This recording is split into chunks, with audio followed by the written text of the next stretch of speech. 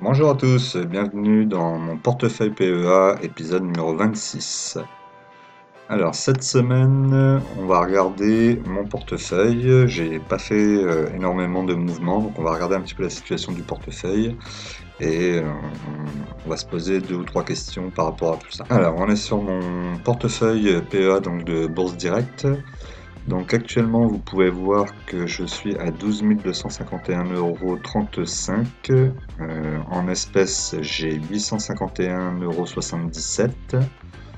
Ce qui fait que ma plus-value latente est de 1064,54 €. J'ai touché un dividende, mais un dividende du mois d'avril de Total, donc j'ai reçu le premier, là 19,14 €. On va voir ça après tout à l'heure sur le tableau. Mais bon, là, dans un premier temps, on va regarder. Donc, sur ce mois de mars, je m'attendais à des dividendes de ST Micro. Alors, c'était 2 euros. Malgré tout, je les ai pas eus, donc je ne sais pas pour quelle raison. Peut-être que je vais les avoir un petit peu plus tard dans le mois, ou si vous avez la réponse, n'hésitez pas à me le dire. Voilà, donc là actuellement ben, il se passe pas grand chose.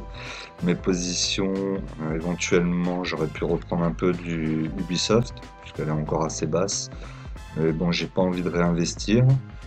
Neoen, ben, là maintenant je vais attendre de voir ce qu'elle fait. Je vais attendre d'avoir aussi les actions que je vais récupérer à 28 €, ce qui va me faire bien descendre le PRU. On va voir. Euh, pour GTT, donc GTT c'est pareil, j'ai 17 actions, donc à moins qu'elle redescende à 60 €, pour le moment je ne vais pas en reprendre. Bon dividende, hein, donc je peux la garder un petit moment comme ça. Et ensuite on a DBT, donc DBT j'en ai repris déjà, bon elle est plus bas que lorsque j'en ai repris. Malgré tout, maintenant, je vais laisser cette position. Peut-être, à la limite, si elle passe à 0,09 par exemple, peut-être que j'irai en reprendre encore pour une trentaine d'euros, histoire d'être à 100 € et après j'arrêterai. Voilà, alors ça c'est pour la partie donc en négatif. Ensuite, donc Gossin et Artefact, on voit que je peux rien faire, hein, je suis à -1. Je vous rappelle la règle que je me suis imposée. Je ne vends pas si l'action est pas au-dessus de 7% et je n'achète pas non plus en dessous des 7%, à moins 7%. Pour la très bonne raison qu'à moins 7%, bah, comme je vous l'ai dit, il y a les frais, donc au moins ça me permet d'être sûr de dégager un petit profit. Et aussi parce que c'est pas suffisamment intéressant d'acheter une action qui va perdre 2 ou 3%, vous n'allez pas faire descendre le PRU suffisamment. Ensuite, pour la revente au-dessus de 7%, c'est tout simplement que je me donne un objectif de 7% annuel sur mon portefeuille. Et donc, pour l'atteindre, il faut au moins que je vende au minimum à 7% de plus. Voilà ce qui était de la règle. Alors, ce que je voulais vous dire, c'est que en fait, je me rends compte actuellement, alors c'est peut-être le cas aussi pour vous, et c'est aussi ce qui peut vous faire penser que vous êtes vraiment un investisseur long terme, c'est qu'aujourd'hui, j'attends pas de hausse en fait. Plus ça monte, plus ça m'embête. Au final, j'attends plutôt des chutes pour pouvoir reprendre. En fait, je me rends compte de plus en plus que vraiment quand on a le, le désir de faire de l'investissement long terme, il faut vraiment être dans cette démarche et je pense que c'est là où on va pouvoir être patient, attendre que les cours chutent pour pouvoir reprendre. Donc aujourd'hui, je me focalise sur les dividendes, donc je vais avoir pas mal de dividendes à venir dans les mois là, qui arrivent. On va voir ça après. Mais c'est vrai que je me rends compte qu'effectivement, quand les cours montent, au final, je suis peut-être moins content que beaucoup de gens qui font de la spéculation et qui vont revendre. Moi, j'ai plutôt envie que ça chute, même à la limite, un petit crack dans l'année me poserait pas de problème. Au contraire. Donc voilà, c'est la réflexion que je voulais me faire avec vous, c'est que je me rends compte de ça. Alors, on va continuer. Dites-moi hein, dans les commentaires si c'est la même chose pour vous, si vous êtes plutôt dans une situation où peu importe pour vous, vous prenez du plaisir à acheter, à revendre, quelle que soit la situation du marché. Si vous aussi vous êtes comme moi, vous attendez les cracks et vous mettez un petit peu d'argent de côté pour pouvoir profiter au maximum. N'hésitez pas à mettre dans les commentaires. Alors voilà, donc ensuite, ce qu'on pouvait voir donc ici, Next City, donc qui est toujours ma valeur phare, hein, on est toujours aux alentours des 60% de plus-value. Donc bah, voilà, hein, le seul regret presque que j'ai à la limite, c'est que j'en ai pas pris assez de Next City, hein. Mais bon, c'est pas grave, c'est comme ça, on verra la prochaine fois. Voilà, après donc le portefeuille reste toujours stable, hein, on va voir ça dans la suite. Verimatrix n'est toujours pas passé, donc voilà, je suis toujours en attente, hein. On voit que l'action stagne hein, quand même depuis 2-3 semaines là. On reste dans les 2,50 €, 2,40 €, pas descendre. À voir. Gossin, je suis toujours à l'achat pour 20 actions à 8,60 €. Donc à voir si le marché va baisser. Artefact à 3,22 €, c'est pareil, ça y va pas. Bah, c'est pas grave, on va attendre. J'ai toujours mis mon ordre de vente pour Worldline à 80,40. Ce qui ne veut pas dire que si Worldline devait baisser sous mon PRU, je renforcerai quand même, hein.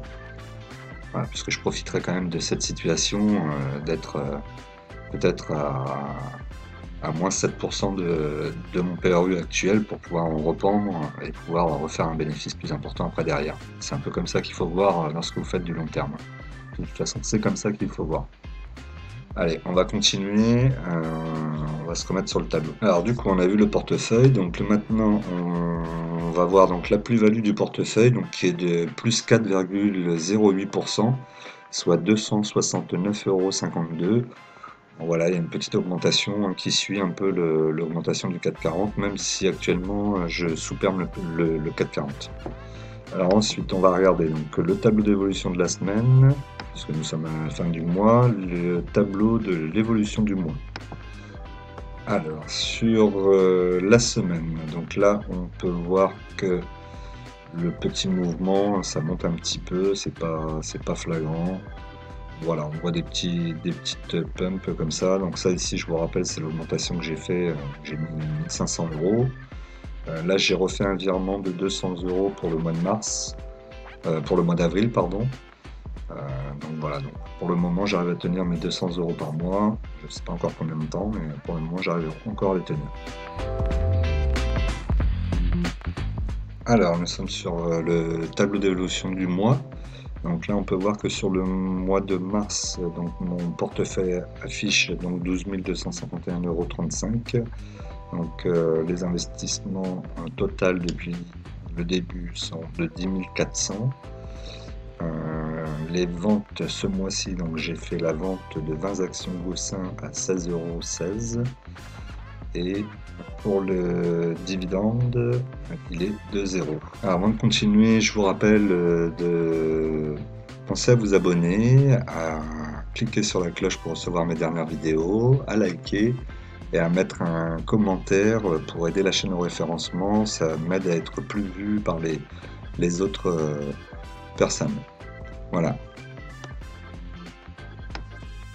Alors sur le tableau de situation, donc on peut voir que sur le mois de mars, donc je n'ai pas de dividende, parce que il y avait le versement de ST Micro qui est ici de 2 €.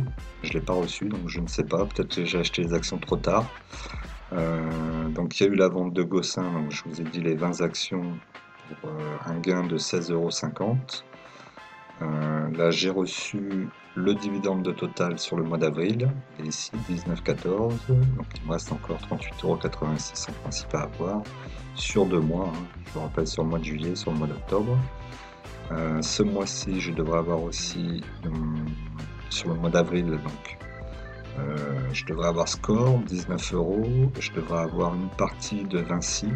Le Vinci au total c'est 21,36 € en principe. Donc j'imagine aux alentours de 10 €, 10 à 11 € ici. Voilà, donc ça on verra ça à la fin du mois d'avril. Donc les ventes ici vous voyez, hein, donc Gossin, et ensuite pas de vente concernant des actions complètes. On est toujours au même endroit. Voilà. Donc j'espère que la vidéo vous a plu. N'oubliez pas en investissement, les impatients payent pour les patients. On se retrouve la semaine prochaine.